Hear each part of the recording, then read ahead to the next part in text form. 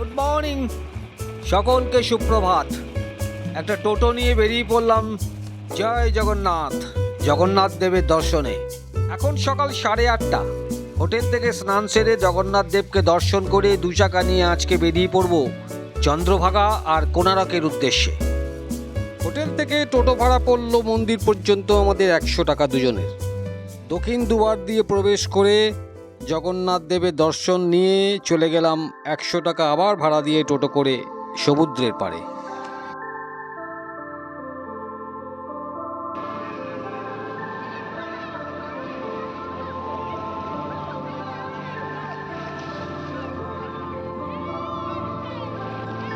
এনাকে যতই দেখি আঁশ মেটে না, তাই বারবার ছুটে আসি সমুদ্রের পাড়ে।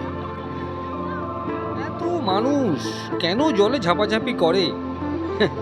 নিশ্চয়ই কোনো মাহাত্ম্য আছে এই জলের।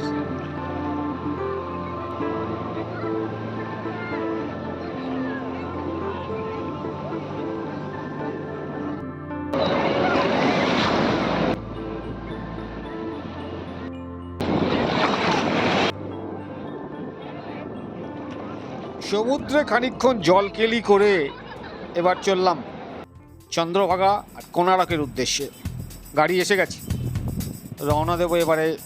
প্রায় যাতায়াত মিলিয়ে 70-75 কিলোমিটার। চলুন, সঙ্গে থাকুন। আমি যেহেতু বাইক চালাতে জানি এবং বাইক প্রেমী, আমার মতো যদি অনেকেই বাইক প্রেমী হন তাহলে এভাবে ঘুরতে পারেন পুরী শহরটা। আমরা আজকে যেহেতু দুজনে আছি, বাইক নিয়ে চলে যাচ্ছি মেডিকেল কলেজ হসপিটালে। ওই যে Shri Jagannath medical college hospital. Auto করেও আসতে পারেন, ম্যাজিক গাড়ি করেও আসতে পারেন। সেক্ষেত্রে ভাড়া পড়বে এই কোণার্ক আর চন্দ্রভাগা 1200 টাকার মতো, 1200 টাকার মতো। একটু দরদাম করে নিতে হবে। তাছাড়া আপনারা সকলেই জানেন যে ওটিডিসির যে কন্ডাক্টেড ট্যুর হয়, তাতে অবশ্য এই দুটো না অনেক কিছুই দেখানো হয়, সেটাতেও আপনারা অ্যাভেল করতে পারেন।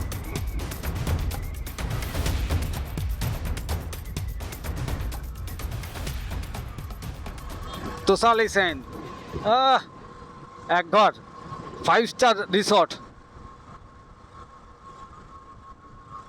এইটাই চলে যাচ্ছে প্রথমে একদম সোজা চন্দ্রভাগা। কোণার্ক 27 কিলোমিটার।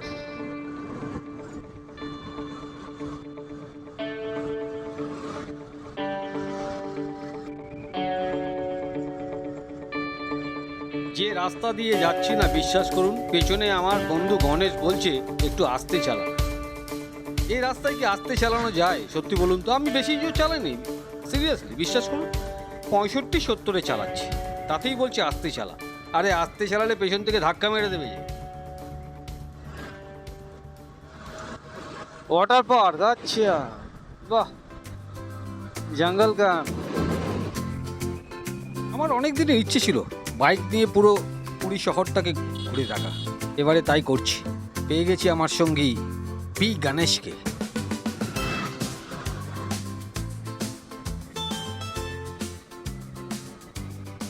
দাও খই, দাও। খাবি না ডাব? শাঁসালা ডাব খেয়ে দেখ না একটু। উড়িষ্যার রাস্তা কিন্তু অসাধারণ, ফ্যান্টাস্টিক, টপ ক্লাস, একদম টপ ক্লাস।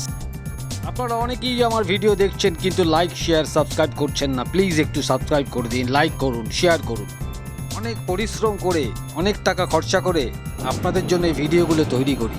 প্লিজ একটু লাইক করুন, আপনাদের 1 টাকাও খরচা হবে না।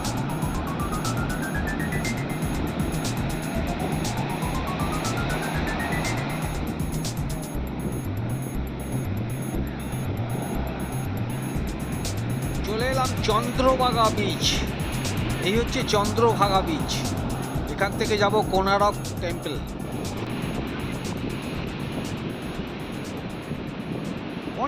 অনেকটা দূরে সমুদ্র এই চন্দ্রভাগা বিচে। আপনারা ইচ্ছে করলে এই গাড়িতেও রাইড করতে পারেন। 100 টাকা খানিকটা ঘোরাবে, একটুখানি এই বিচের ওপর দিয়ে।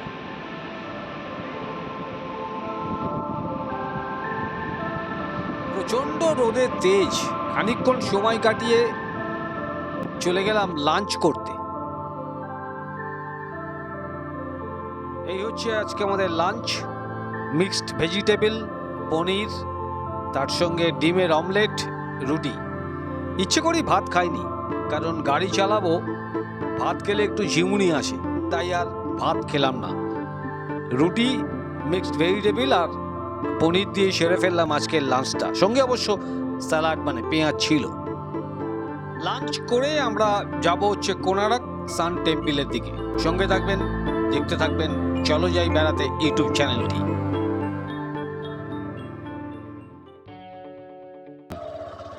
লাঞ্চ শেষ করে বেরিয়ে পড়লাম কোনারক সান টেম্পলের উদ্দেশ্যে। এখন সময় এই দুপুর 2:30।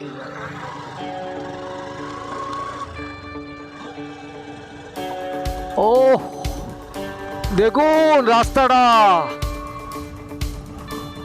দুদিকে গাছ রাস্তার ওপর পড়ে গেছে। ও অসাধারণ।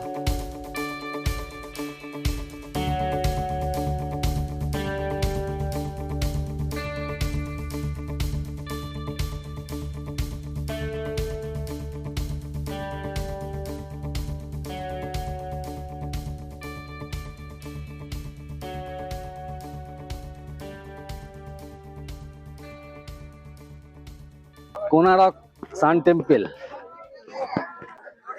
হাঁটা শুরু করেছি।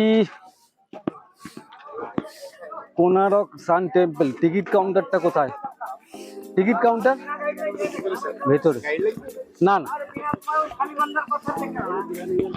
চলুন ভেতরে টিকিট কাউন্টার যাওয়া যাক।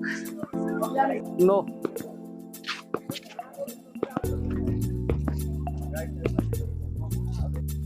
এই হচ্ছে টিকিট কাউন্টার। এদিকে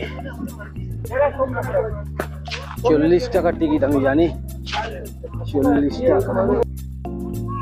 এই হচ্ছে টিকিট কাউন্টার।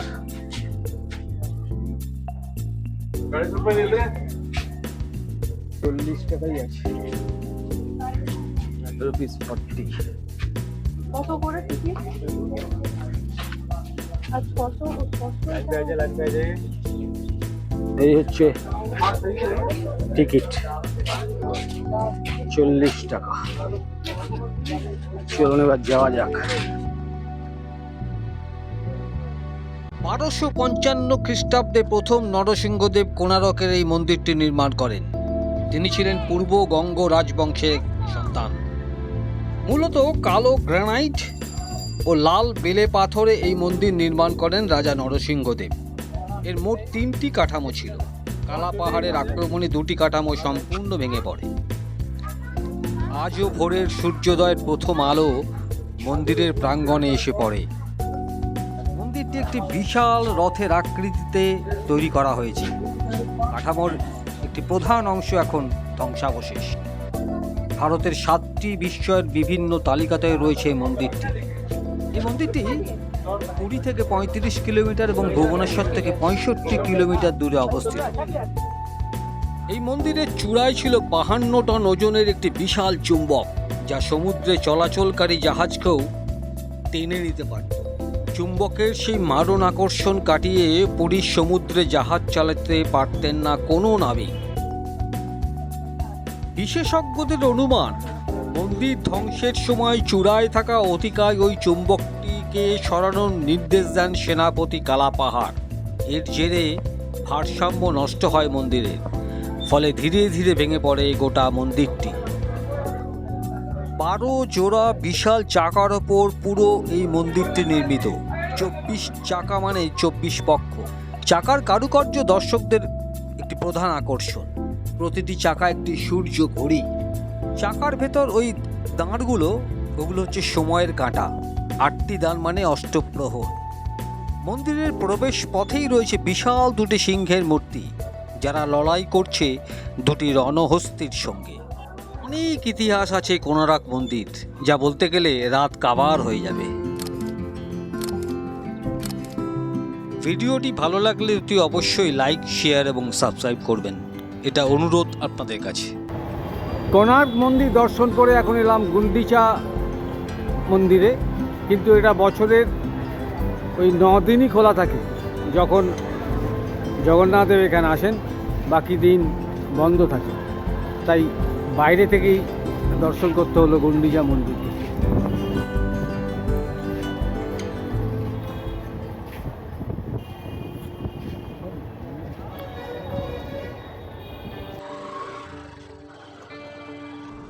চলুন, সঙ্গে থাকুন, চলো যাই বেড়াতে। আমাদের ট্যাগলাইনটা জানেন তো, বেড়ানোই বেঁচে থাকা।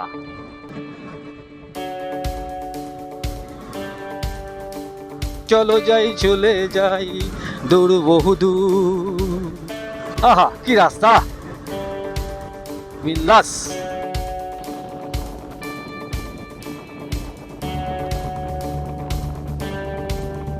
গুন্ডিচা মন্দির দর্শন করে চলে এলাম আবার সেই সমুদ্রের কাছে, মানে মোহনার কাছে। এই হচ্ছে পুরীর মোহনা।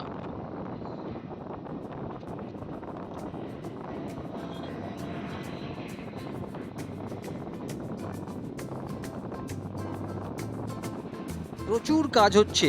মেরিন ড্রাইভ দিয়ে আমরা সোজা ড্রাইভ করে চলে এলাম এই মোহনার কাছে। আস্তে আস্তে দেখলাম বাঁদিকে প্রচুর কাজ হচ্ছে। এই দেখুন, পুরো বিচ বরাবর পাথর বসানো চলছে।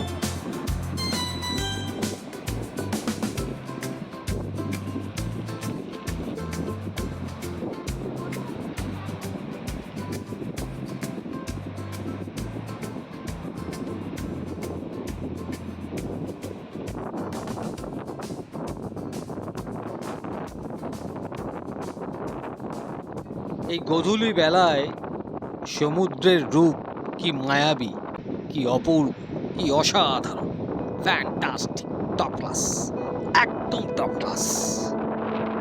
আবার অনুরোধ করছি আপনাদের, ভিডিওটি ভালো লাগলে অবশ্যই লাইক, শেয়ার এবং সাবস্ক্রাইব করবেন।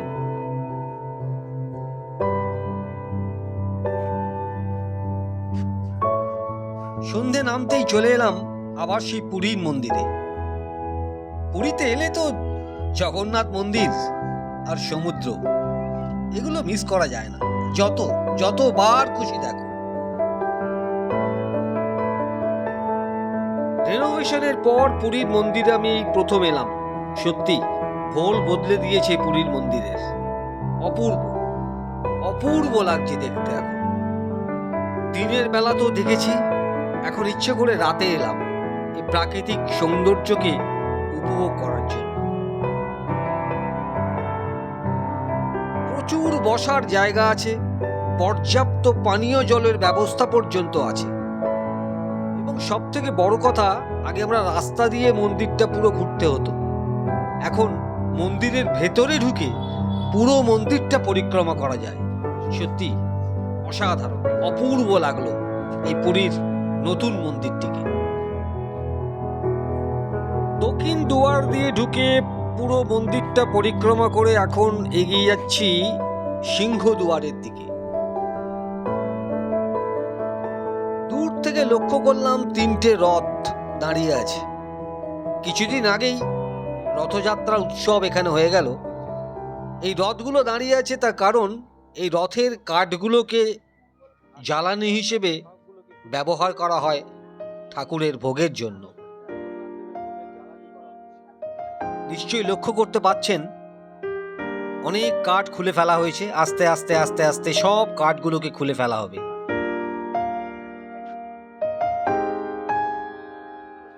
এই 3টে রথকে ঘেরাটোপের মধ্যে রাখা হয়েছে যাতে এখান থেকে কাঠ যেন চুরি না হয়। সর্বক্ষণ পুলিশ পাহারায় এই 3টে রথ এখানে অবস্থিত।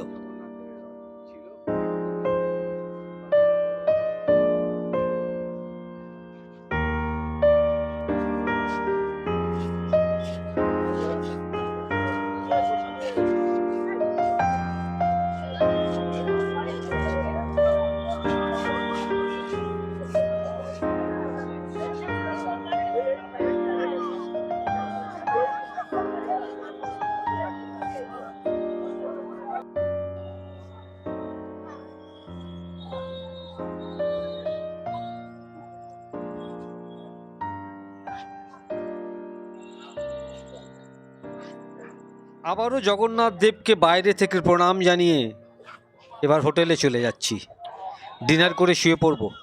Tata, good night.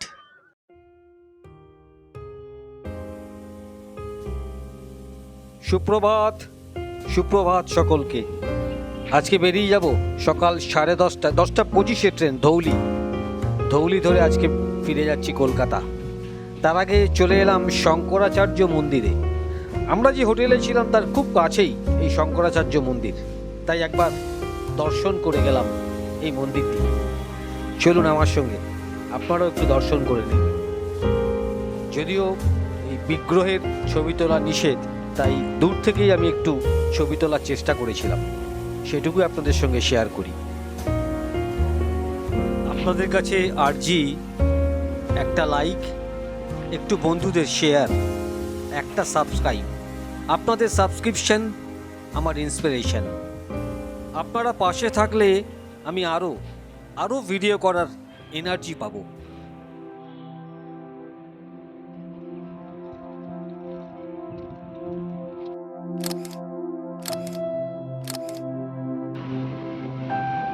শঙ্করাচার্য মন্দির থেকে হোটেলে এসে লাগেজ নিয়ে ফাটাফাট বেরিয়ে পড়লাম। একটা টোটো ভাড়া করে 150 টাকা নিল, সোজা স্টেশন।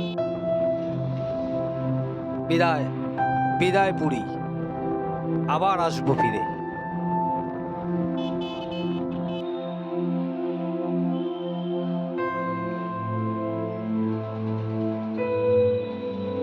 অনেকটা লেট করে ফেলেছি, এখন বাজে 10:15, তাই খুব তাড়াতাড়ি স্টেশনের দিকে এগিয়ে চলেছি।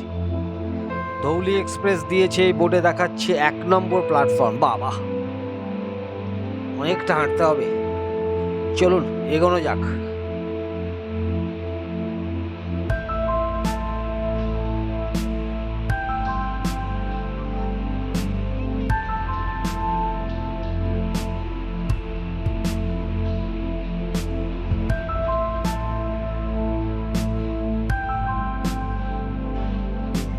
এই 1 নম্বর প্ল্যাটফর্মে দাঁড়িয়ে আছে 12822 ধৌলি এক্সপ্রেস। এই ট্রেনেই আমরা আজকে যাত্রা করব। আমাদের কম্পার্টমেন্ট এসি চেয়ার কার, একদম সামনের দিকে, অনেকটাই হাঁটতে হচ্ছে। ঘড়ির কাঁটায় একদম রাইট টাইম 10:25। পুরীর 1 নম্বর প্ল্যাটফর্ম থেকে ধৌলি এক্সপ্রেস ছেড়ে দিল কলকাতার উদ্দেশ্যে, মানে শালিমারের উদ্দেশ্যে। এই ট্রেনটি অ্যাকচুয়ালি শালিমার পর্যন্ত ছিল, কিন্তু আমি শুনলাম যা শালিমার যাচ্ছে না, সাঁতরাগাছি লাস্ট স্টপেজ করেছি। প্রাকৃতিক সৌন্দর্য দেখতে দেখতে এগিয়ে চললাম কলকাতা, মানে বাড়ির উদ্দেশ্যে। চলে এলো মহানদী, কি অপূর্ব দেখুন।